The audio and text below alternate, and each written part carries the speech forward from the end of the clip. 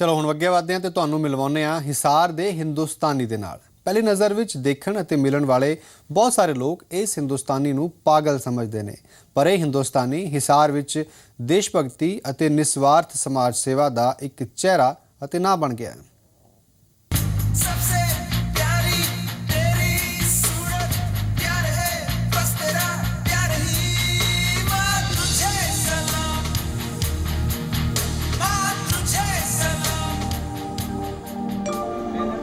ਵਧਿਆ ਹੋਇਆ ਦਾੜਾ, ਸਰ ਤੇ ਟੋਪੀ, ਮੋਢੇ ਤੇ ਥੈਲਾ, ਮਹਾਂਪੁਰਖਾਂ ਦੀ ਤਸਵੀਰ ਅਤੇ ਹੱਥ ਵਿੱਚ ਤਿਰੰਗਾ।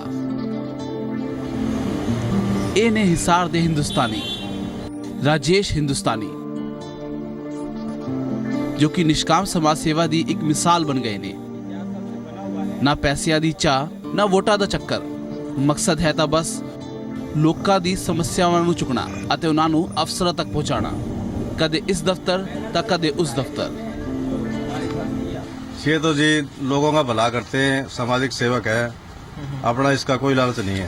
ये तो औरों के लिए जी रहे हैं, जो कुछ कर रहे हैं औरों के लिए कर रहे हैं। राजेश हिंदुस्तानी अन्ना अंदोलन समेत न जाने किन्ने ही अंदोलनों का हिस्सा रह चुके ने, जिस दे चलदे हुण इन्हां नूं हिसार दा अन्ना भी किया जाण लग पिया है। राजेश हिंदुस्तानी अजकल शहर नूं शुद्ध पानी मुहैया कराने की लड़ाई लड़ रहे ने, जिस दे लिए वो धरने ते बैठे हुए ने। 100 दिन तो वध हो गए ने। धरने को आज 103 दिन हो गए हैं शुद्ध पेयजल के लिए, जो कि नाला जो है शुद्ध पेयजल हेतु महावीर कॉलोनी जलघर में जो नाला आता है नहर से, वो कवर्ड नहीं है। कवर्ड होने के लिए मेरी मांग है कि वो कवर्ड हो या पाइपलाइन में अलग से आए। हिंदुस्तानी ने तस्वीरों जरिए दसिया कि हिसार वाटर वर्क्स विच पानी पहुंचाने वाली ड्रेन की की हालत सी। पानी पहुंचाने वाला जो पेयजल महावीर कॉलोनी हिसार जलघर से पानी पीने के लिए सप्लाई होता है, उसमें पानी पहुंचाने वाला नाला है ये जो आप देख रहे हैं। इसमें से ये नाला इसी पुलिया पर सामने ये यहाँ पर था, और यहाँ पर ये नाला था, मतलब इसका पानी शहर के लोग पीते हैं, प्यूरिफाई होके ये शहर के लोग इसमें सुअर और गंदगी आप देख रहे हैं। सुअर भी। हिंदुस्तानी दे आंदोलन की वजह करके प्रशासन थोड़ा जाग गया है। कुछ कम होए ने प्रशासन तो वध समाज नाल लड़ना पिया है, जो उन्हां नूं पहला पागल समझते सी। जब तो मेरे साथ लड़ाई होगी इसकी। अच्छा। हाँ, बस ये बोलने लग गए, फिर मैं भी बोलने लग गई। क्या बोले? ये बोले हमारे पास नहीं बैठते आगे, अच्छा। हम यहाँ पे बैठे रहते, ये वहाँ पे बैठे रहते। अच्छा। हम बोले भाई कोई काम हो तो बोल लिया करो, हम आ जाएंगे। तो ये बोलने लगे तो हमारी लड़ाई होगी। अब तो माँ बेटों का सा प्यार हो रहा है। 5-4 दिन यानी 5-7 दिन तक तो लोग ऐसे कहते रहे पागल है, अपने आप चला जाएगा। क्या है यहाँ, कौन करा सकता है ये काम? कोई करा तो सकता नहीं। ये कि पागल की तो मैं सोचता हूँ कि देश और समाज के लिए काम करना, अपना स्वार्थ छोड़ के, अपने लिए तो पशु भी जीते हैं, समाज के लिए जीना, देश के लिए जीना, देश के लिए काम करना। तो भगत सिंह जी को भी पागल कहा गया। तो भगत सिंह ने कहा था हमें पागल ही रहने दे, हम पागल ही अच्छे। तो मैं भी ये सोचता हूँ कि अगर पागल कहलाकर समाज का भला हो सकता है तो इसमें गलत क्या है। हिंदुस्तानी दे धरने का असर हुण दिखना शुरू हो गया है। प्रशासन ने ड्रेन नू कवर करना शुरू कर देता है। इन्होंने यहाँ मल्ले वाले से इकट्ठा करके सहयोग लेके सबसे, और इन्हें सारी तो गंदगी ठीक करवाई। नल पानी जो सरकार से भाई ये साफ करो नाला, इसके लिए इन्होंने बहुत तपस्या की है, हर एक से उलझने लिए हैं। एक वक्त सी जद हिंदुस्तानी इत्थे अकेले धरने ते बैठा करते सी, पर हुण वड्डी तादाद विच लोग रोज धरने ते बैठते ने अते हिंदुस्तानी दी आवाज़ नाल आवाज़ मिलांदे ने। जो लोग एक वक्त विच हिंदुस्तानी नूं पागल समझते सी, अज ओही उन्हां वल उम्मीद दी नज़रां नाल देखदे ने। कैमरामैन राजेंद्र दे नाल महेंद्र सिंह, जी मीडिया, हिसार। तो वाकई जज्बा इन्हां दा देखण वाला है। अगे वधदे हां। हरियाणा विच महिला थाणे खोलण दी मुख मंत्री मनोहर लाल खट्टर दी पहल भिवानी विच सिरे चढ़दी नज़र आ रही है। महिला थाणे खुलण तो बाद पीड़ित महिलावां नूं अपनी शिकायत दर्ज कराउण विच हुण सौख हो रही है। उत्थे ही घरेलू झगड़े दे मामले भी सुलझाउण च मदद मिल रही है।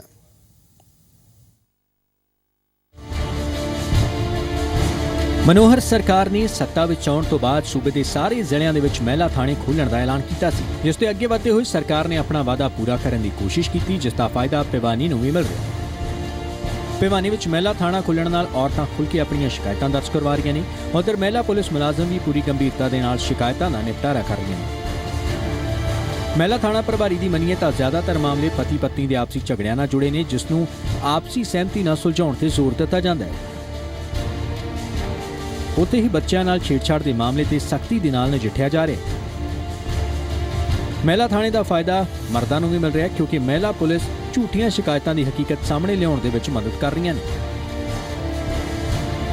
जब से महिला थाने खुले हैं, अगर हम बात करें तो इसमें ऐसा लगता है कि महिलाएं जैसे आती हैं हमारे यहाँ तो वो अपने विचारों को खुलकर बता सकती हैं। भाई जेंट्स थाने में जाती थी तो वो हिचकिचाती थी, और यहाँ आने के बाद थानों में अपने जो साथ उसके साथ जो घटना घटी है वो खुले तौर पे बता देते हैं कि भाई मेरे साथ ये घटना घटी है।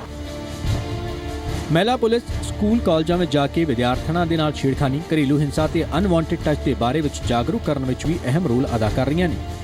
ਬੀਤੇ ਸਾਲ ਰੱਖੜੀ ਦੇ ਮੌਕੇ ਤੇ ਮੁੱਖ ਮੰਤਰੀ ਮਨੋਹਰ ਲਾਲ ਖੱਟਰ ਨੇ ਸੂਬੇ ਵਿੱਚ ਮਹਿਲਾ ਥਾਣਿਆਂ ਦੀ ਸ਼ੁਰੂਆਤ ਕੀਤੀ ਸੀ। ਨਵੀਨ ਸ਼ਰਮਾ, ਜ਼ੀ ਮੀਡੀਆ, ਭਿਵਾਨੀ। ਤੇ ਹੁਣ ਤੁਹਾਨੂੰ ਅੰਬਾਲਾ ਸ਼ਹਿਰ ਲੈ ਕੇ ਚੱਲਦੇ ਹਾਂ। ਇੱਥੇ ਲਾਈਨ ਗਰਾਊਂਡ 2 ਦੇ ਵਿੱਚ 2 ਦਿਨੀ ਆਰਮੀ ਮੇਲੇ ਦਾ ਪ੍ਰਬੰਧ ਕੀਤਾ ਗਿਆ, ਜਿਸ ਵਿੱਚ ਲੋਕਾਂ ਨੂੰ ਭਾਰਤੀ ਫੌਜ ਦੇ ਹਥਿਆਰਾਂ ਨੂੰ ਨੇੜੇ ਤੋਂ ਜਾਣਨ ਦਾ ਮੌਕਾ ਮਿਲ ਰਿਹਾ ਹੈ। ਜੇ ਤੁਸੀਂ ਅੰਬਾਲਾ ਦੇ ਵਿੱਚ ਹੋ ਤੇ ਆਪਣੇ ਦੇਸ਼ ਦੀ ਫੌਜ ਨੂੰ ਨੇੜੇ ਤੋਂ ਜਾਣਨ ਦਾ ਮੌਕਾ ਨਾ ਗਵਾਓ, ਕਿਉਂਕਿ ਤੁਹਾਡੀ ਖਾਤਰ ਫੌਜ ਨੇ ਪੁਲਿਸ ਲਾਈਨ ਗਰਾਊਂਡ ਵਿੱਚ 2 ਦਿਨੀ ਮੇਲੇ ਦਾ ਪ੍ਰਬੰਧ ਕੀਤਾ ਹੈ, ਜਿਸ ਵਿੱਚ ਫੌਜ ਦੇ ਹਥਿਆਰਾਂ ਦੀ ਪ੍ਰਦਰਸ਼ਨੀ ਲਾਈ ਗਈ ਹੈ। ਇਸ ਦੇ ਬਾਰੇ ਵਿੱਚ ਆਮ ਲੋਕਾਂ ਤੇ ਵਿਦਿਆਰਥੀਆਂ ਨੂੰ ਜਾਣਕਾਰੀ ਦਿੱਤੀ ਜਾ ਰਹੀ ਹੈ। ਮੇਜਰ ਜਨਰਲ ਵਿਨੋਦ ਕੁਮਾਰ ਦੇ ਮੁਤਾਬਕ ਮੇਲੇ ਦਾ ਮਕਸਦ ਵਿਦਿਆਰਥੀਆਂ ਅਤੇ NCC ਕੈਡੇਟਸ ਨੂੰ ਫੌਜ ਵਿੱਚ ਭਰਤੀ ਹੋਣ ਦੇ ਲਈ ਪ੍ਰੇਰਿਤ ਕਰਨਾ ਹੈ ਅਤੇ ਭਵਿੱਖ ਵਿੱਚ ਵੀ ਇਸ ਤਰ੍ਹਾਂ ਦੇ ਮੇਲਿਆਂ ਦਾ ਪ੍ਰਬੰਧ ਕੀਤਾ ਜਾਵੇਗਾ। अंबाला के आसपास के लोगों के बच्चों के लिए, उनकी मोटिवेशन के लिए, उनको दिखाने के लिए कि हम आपके साथ हैं, आप आइए और हमारी आर्मी को ज्वाइन करिए, मोटिवेट करें उनको, और ताकि वो अच्छे नागरिक बने। जितने आर्मी में नए नए इक्विपमेंट्स हैं, गाड़ियां हैं, जो सामान है, उस सब के बारे में जानकारी देने के लिए लगाया गया है।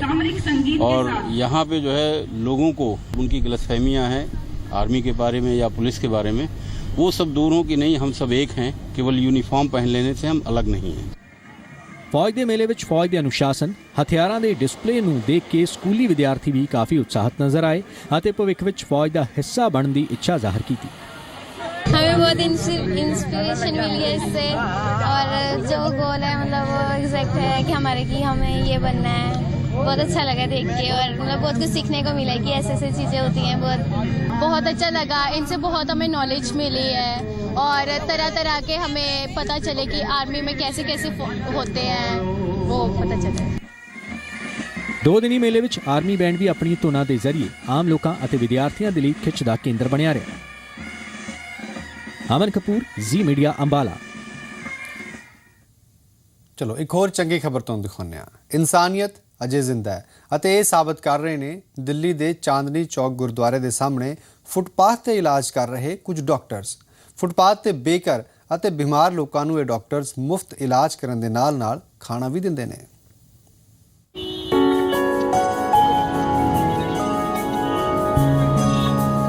ਹਰ ਰੋਜ਼ ਸਵੇਰੇ 8 ਵਜੇ ਫਟੇ ਪੁਰਾਣੇ ਕੱਪੜਿਆਂ ਵਿੱਚ ਸੱਟ ਖਾਦੇ ਅਤੇ ਭੁੱਖ ਨਾਲ ਤੜਫਦੇ ਲੋਕ ਇਸ ਫੁੱਟਪਾਥ ਤੇ ਪਹੁੰਚ ਜਾਂਦੇ, ਕਿਉਂਕਿ ਇਹਨਾਂ ਨੂੰ ਯਕੀਨ ਹੈ ਕਿ ਇੱਥੇ ਇਹਨਾਂ ਨੂੰ ਇਲਾਜ ਵੀ ਮਿਲੇਗਾ ਤੇ ਉਸ ਤੋਂ ਬਾਅਦ ਖਾਣ ਦੇ ਲਈ ਰੋਟੀ ਵੀ। ਤਕਰੀਬਨ 2 ਤੋਂ 2.5 ਘੰਟੇ ਤੱਕ ਇੱਥੇ ਹਜ਼ਾਰਾਂ ਲੋਕਾਂ ਨੂੰ ਮੁਫਤ ਮਰਮ ਪੱਟੀ ਕੀਤੀ ਜਾਂਦੀ ਹੈ ਤੇ ਫਿਰ ਰੋਟੀ ਵੀ ਦਿੱਤੀ ਜਾਂਦੀ ਹੈ। ਇਹ ਨੇਕ ਕੰਮ ਪਿਛਲੇ 27 ਸਾਲਾਂ ਤੋਂ ਚੱਲਿਆ ਆ ਰਿਹਾ, ਜਿਸ ਨੂੰ 1999 ਵਿੱਚ ਭਾਈ ਤਰਲੋਚਨ ਸਿੰਘ ਵੀਰ ਜੀ ਨੇ ਸ਼ੁਰੂ ਕੀਤਾ ਸੀ ਅਤੇ ਹੁਣ ਉਹਨਾਂ ਦੇ ਪੁੱਤਰ ਕੁਝ ਡਾਕਟਰਾਂ ਅਤੇ ਵਲੰਟੀਅਰਸ ਇਸ ਨੂੰ ਚਲਾ ਰਹੇ ਨੇ।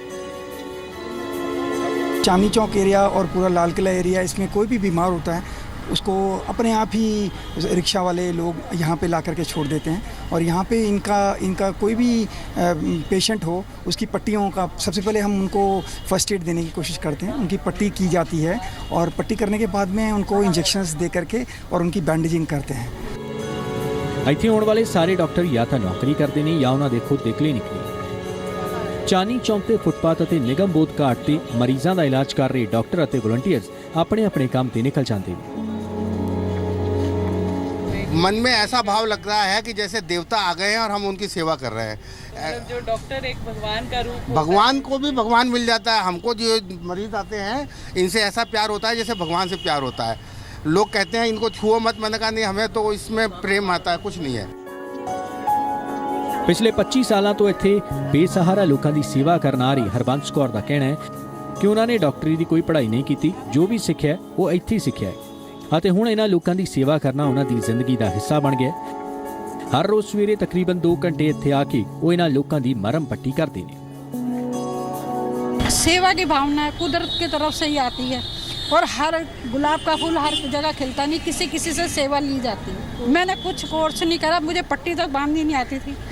मैं अपने पिताजी के साथ ही सब कुछ सीखा है, सब कुछ सीखा। फिर हम यहाँ से लेके दिवाली वाले दिन भी हम अपने मरीजों को मिठाई बांटते हैं। ਇਹ ਸੇਵਾ ਸਿਰਫ ਫੁੱਟਪਾਥ ਤੇ ਰਹਿ ਰਹੇ ਲੋਕਾਂ ਦੇ ਇਲਾਜ ਤੱਕ ਹੀ ਸੀਮਤ ਨਹੀਂ ਨੇ। ਇਹ ਲੋਕ ਲਵਾਰਸ ਲਾਸ਼ਾਂ ਦਾ ਵੀ ਪੂਰੇ ਰੀਤੀ ਰਿਵਾਜ ਦੇ ਨਾਲ ਸੰਸਕਾਰ ਕਰਦੇ ਨੇ। ਅੱਜ ਦੇ ਵਕਤ ਵਿੱਚ ਜਦ ਸੜਕਾਂ ਤੇ ਮੌਤ ਨਾਲ ਲੜ ਰਹੇ ਲੋਕਾਂ ਨੂੰ ਅਸੀਂ ਅਤੇ ਤੁਸੀਂ ਅਣਦੇਖਾ ਕਰਕੇ ਅੱਗੇ ਵੱਧ ਜਾਂਦੇ ਹਾਂ, ਅਜਿਹੇ ਵੇਲੇ ਦੇ ਵਿੱਚ ਰੋਜ਼ ਗਰੀਬ ਜ਼ਖਮੀ ਬਿਮਾਰ ਲੋਕਾਂ ਦੀ ਮਦਦ ਕਰਨਾ ਬਹੁਤ ਹੀ ਸ਼ਲਾਘਾਯੋਗ ਹੈ। ਨਿਊਜ਼ ਡੈਸਕ ਰਿਪੋਰਟ ਜ਼ੀ ਮੀਡੀਆ। ਤਾਂ ਵਾਕਈ ਅਜਿਹੀ ਸੇਵਾ ਭਾਵਨਾ ਦੇਖ ਕੇ ਜ਼ਰੂਰ ਕਿਤੇ ਨਾ ਕਿਤੇ ਇਹ ਮਨ 'ਚ ਖਿਆਲ ਆਉਂਦਾ ਕਿ ਇਨਸਾਨੀਅਤ ਹਜੇ ਵੀ ਜ਼ਿੰਦਾ ਹੈ। ਅੱਗੇ ਵਧਦੇ ਇੱਕ ਹੋਰ ਚੰਗੀ ਖਬਰ ਤੁਹਾਨੂੰ ਦਿਖਾਉਂਦੇ ਹਾਂ। ਕੋਟਾ ਦੀ ਸਵਾਤੀ ਨਾਲ ਤੁਹਾਨੂੰ ਮਿਲਵਾਉਂਦੇ ਹਾਂ, ਜੋ ਕਿ ਚੁਗਿਰਦੇ ਨੂੰ ਜੀਵਨ ਦੇਣ ਦੀ ਕਾਮਯਾਬ ਕੋਸ਼ਿਸ਼ ਕਰ ਰਹੇ ਨੇ।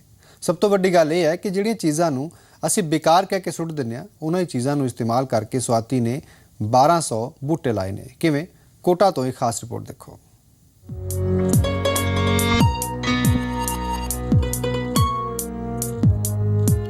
ਵੇਸਟ ਮੈਨੇਜਮੈਂਟ ਦਾ ਇਸ ਤੋਂ ਬਿਹਤਰ ਕੋਈ ਉਦਾਹਰਣ ਨਹੀਂ ਹੋ ਸਕਦਾ।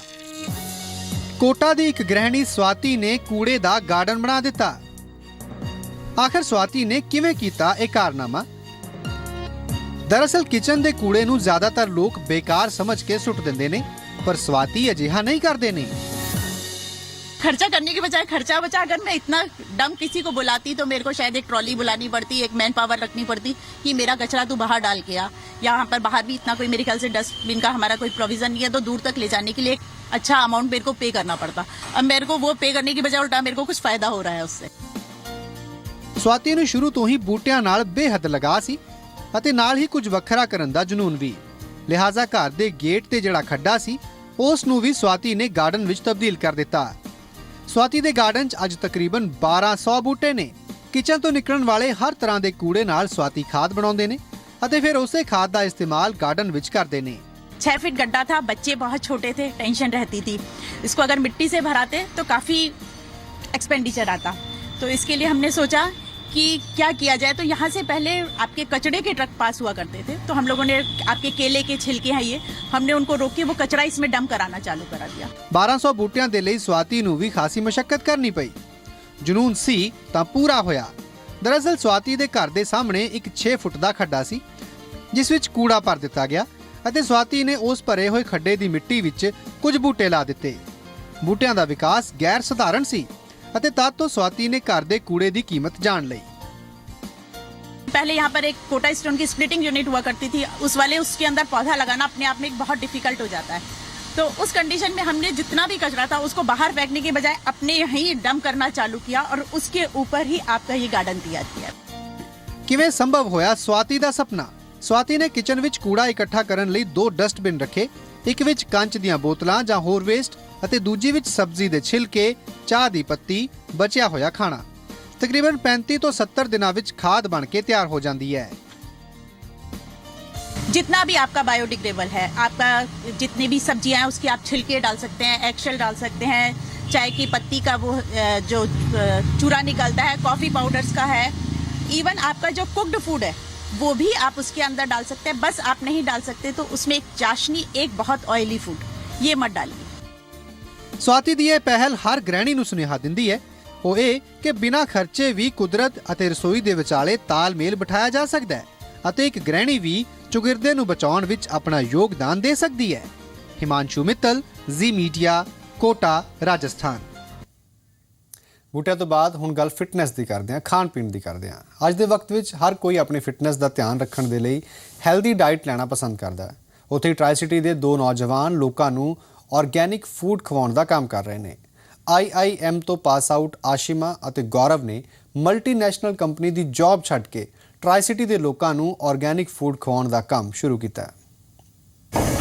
ਜੇਕਰ ਤੁਸੀਂ ਚੰਡੀਗੜ੍ਹ ਜਾਂ ਆਲੇ ਦੁਆਲੇ ਦੇ ਇਲਾਕੇ 'ਚ ਰਹਿੰਦੇ ਹੋ ਅਤੇ ਹੈਲਥ ਕੌਨਸ਼ੀਅਸ ਹੋ ਪਰ ਜੰਕ ਫੂਡ ਖਾਣ ਨੂੰ ਵੀ ਮਨ ਲਲਚਾਉਂਦਾ ਹੈ ਤਾਂ ਤੁਹਾਨੂੰ ਆਪਣੇ ਮਨ ਨੂੰ ਮਾਰਨ ਦੀ ਲੋੜ ਨਹੀਂ, ਕਿਉਂਕਿ ਚੰਡੀਗੜ੍ਹ ਵਿੱਚ ਆਸ਼ਿਮਾ ਤੇ ਗੌਰਵ ਲੋਕਾਂ ਦੇ ਲਈ ਆਰਗੈਨਿਕ ਪਾਸਤਾ, ਨੂਡਲ ਸਮੇਤ ਕਈ ਵੱਖ-ਵੱਖ ਤਰੀਕੇ ਦੀਆਂ ਹੈਲਥ ਡਿਸ਼ਸ ਪਰੋਸ ਰਹੇ ਨੇ।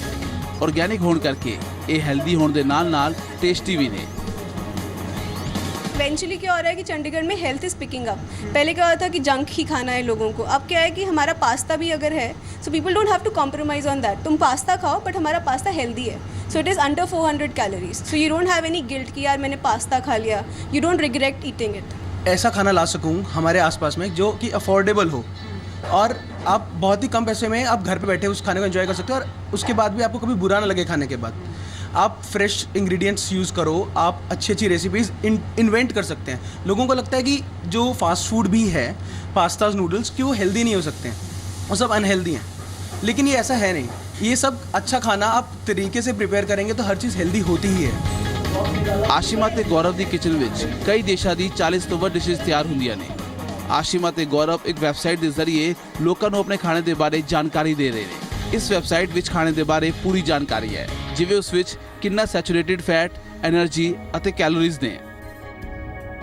सो हमारे पास पास्ताज हैं, ठीक है, वो सब होल व्हीट ऑर्गेनिक पास्ताज है। We have then rice noodles, तो अगर आप बाहर खाते हो तो यू गेट मैदे वाली नूडल्स। हमारे यहाँ क्या है कि हम राइस ग्लूटेन फ्री नूडल्स देते हैं जो बहुत हेल्दी हैं और उसका कैलोरी कंटेंट भी बहुत कम है, सो ये मतलब वो हैवीनेस नहीं लगता बॉडी को वो खाने के बाद। Then we have brown rice के साथ कुछ ग्रेवीज़ हैं।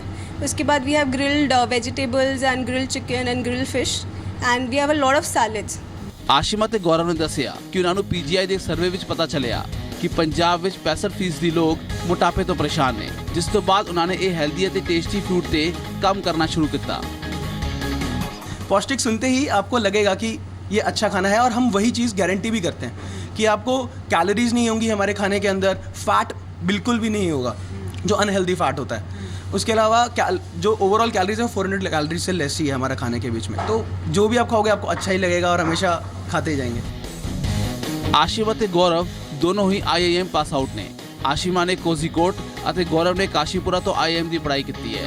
ਨਾਲ ਹੀ ਕਈ ਮਲਟੀਨੈਸ਼ਨਲ ਕੰਪਨੀਆਂ ਵਿੱਚ ਵੀ ਕੰਮ ਕੀਤਾ ਹੈ ਅਤੇ ਹੁਣ ਉਹਨਾਂ ਨੇ ਇਹ ਕੰਮ ਕਰਨ ਦਾ ਫੈਸਲਾ ਕੀਤਾ, ਜਿਸ ਤੋਂ ਬਾਅਦ ਲੋਕ ਆਪਣੀ ਹੈਲਥ ਦੀ ਚਿੰਤਾ ਕੀਤੇ ਬਗੈਰ ਜੰਕ ਫੂਡ ਖਾ ਸਕਦੇ ਨੇ। ਚੰਡੀਗੜ੍ਹ ਤੋਂ ਨੀਤਿਕਾ ਮਹੇਸ਼ਵਰੀ ਦੇ ਨਾਲ ਨਿਊਜ਼ ਡੈਸਕ ਰਿਪੋਰਟ ਜ਼ੀ ਮੀਡੀਆ। ਤੇ ਜਾਂਦੇ ਹੁਣ ਤੁਸੀਂ ਦੇਖੋ ਪੰਜਾਬ, ਹਰਿਆਣਾ, ਹਿਮਾਚਲ ਪ੍ਰਦੇਸ਼ ਦੇ ਵੱਖ-ਵੱਖ ਸ਼ਹਿਰਾਂ ਵਿੱਚ ਇਸ ਵੇਲੇ ਦੇ ਮੌਸਮ ਦੀ ਜਾਣਕਾਰੀ ਤੇ ਮੈਨੂੰ ਇਜਾਜ਼ਤ ਦਿਓ। ਧੰਨਵਾਦ।